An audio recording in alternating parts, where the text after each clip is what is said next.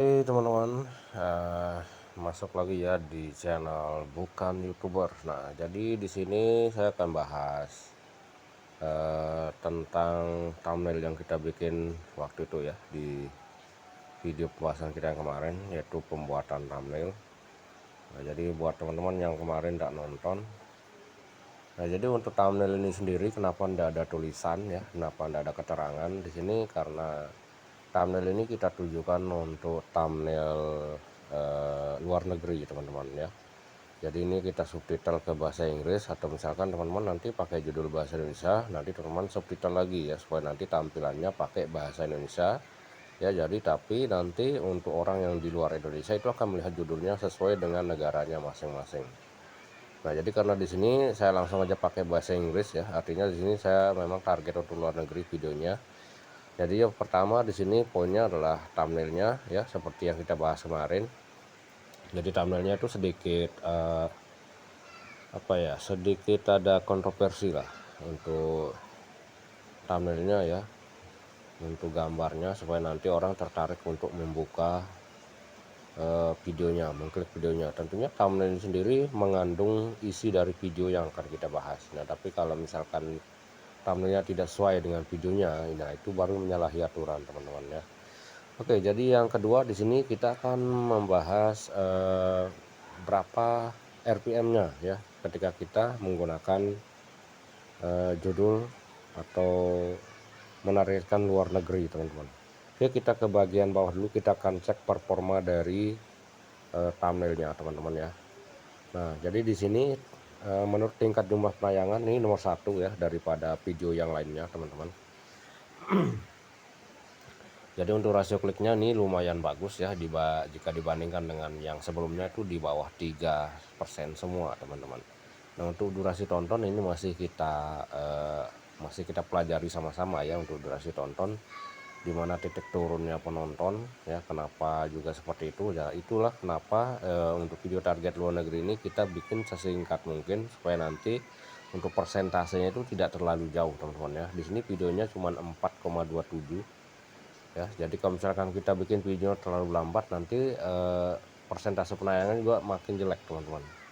Artinya di sini kita bikin sesingkat mungkin. Nah, terkecuali kalau teman-teman udah bisa menyelesaikan video ya, meskipun dengan durasi panjang dan penonton bisa menonton sekitar 50% dari waktu jam tonton, dari jam videonya ya, time videonya, nanti itu bakal bagus nilainya.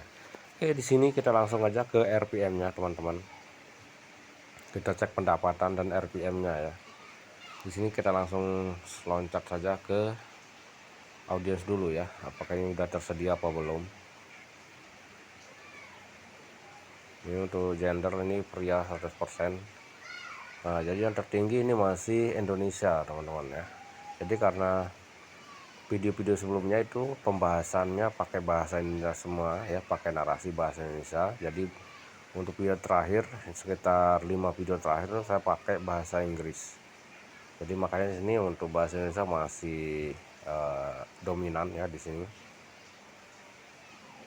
Oke, kita langsung aja ke pendapatan ya, kita cek RPM-nya teman-teman. Nah, di sini penghasilan yang saya dapatkan dari total view yang tadi ya, kurang dari 500. Ini pendapatannya 3,3 ribu ya. Lanjut ke bagian bawah. Nah, untuk RPM di sini RPM-nya 7000 teman-teman ya. Jadi karena RPM ini bisa dikatakan standar ya, standar untuk Indonesia. Tapi kalau misalkan kita berbicara ini tinggi atau tidaknya, banyak sekali RPM Indonesia itu di bawah 5000 teman-teman. Jadi tergantung video juga, tergantung nice juga ya. Banyak sekali yang mempengaruhi kenapa RPM itu tinggi atau tidak ya. Seperti yang kita bahas tadi, kalau misalkan durasi panjang, videonya itu ditonton 50% lebih ke atas, itu RPM juga bakal naik ya. Jadi banyak sekali faktor penyebabnya. Kita lanjut ke bawah lagi. Nah, untuk CPM-nya sendiri 30.000 ya. Jadi lumayan berbanding jauh sekali dengan RPM.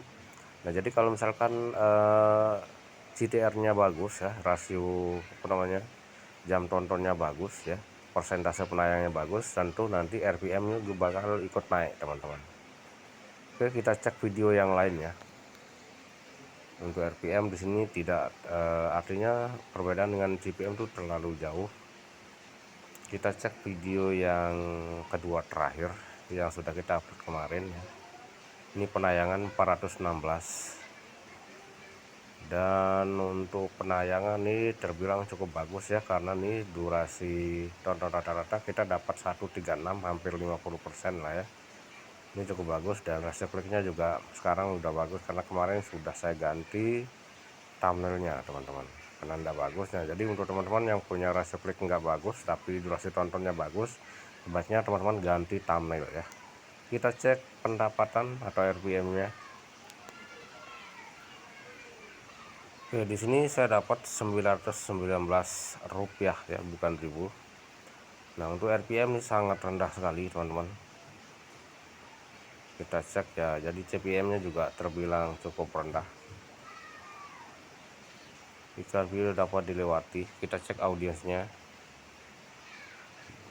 Nah, dan ternyata di sini penonton yang tertinggi itu masih wilayah Indonesia sama Malaysia ya. Jadi untuk video yang tadi itu ditonton di Amerika Serikat, jadi pantas saja jika RPM-nya lebih bagus.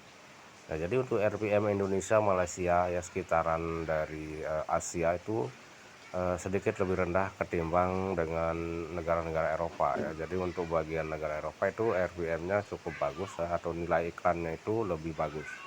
Jadi kenapa RPM bagus? Karena nilai iklannya bagus, dan tentunya penayangan video kita di luar negeri itu terbilang cukup dominan dibandingkan dengan negara Indonesia ataupun negara-negara yang punya RPM rendah teman-teman. Oke, saya rasa itu aja. Untuk teman-teman yang punya pertanyaan silahkan aja di kolom komentar ya. Kita bahas sama-sama, kita belajar sama-sama teman-teman.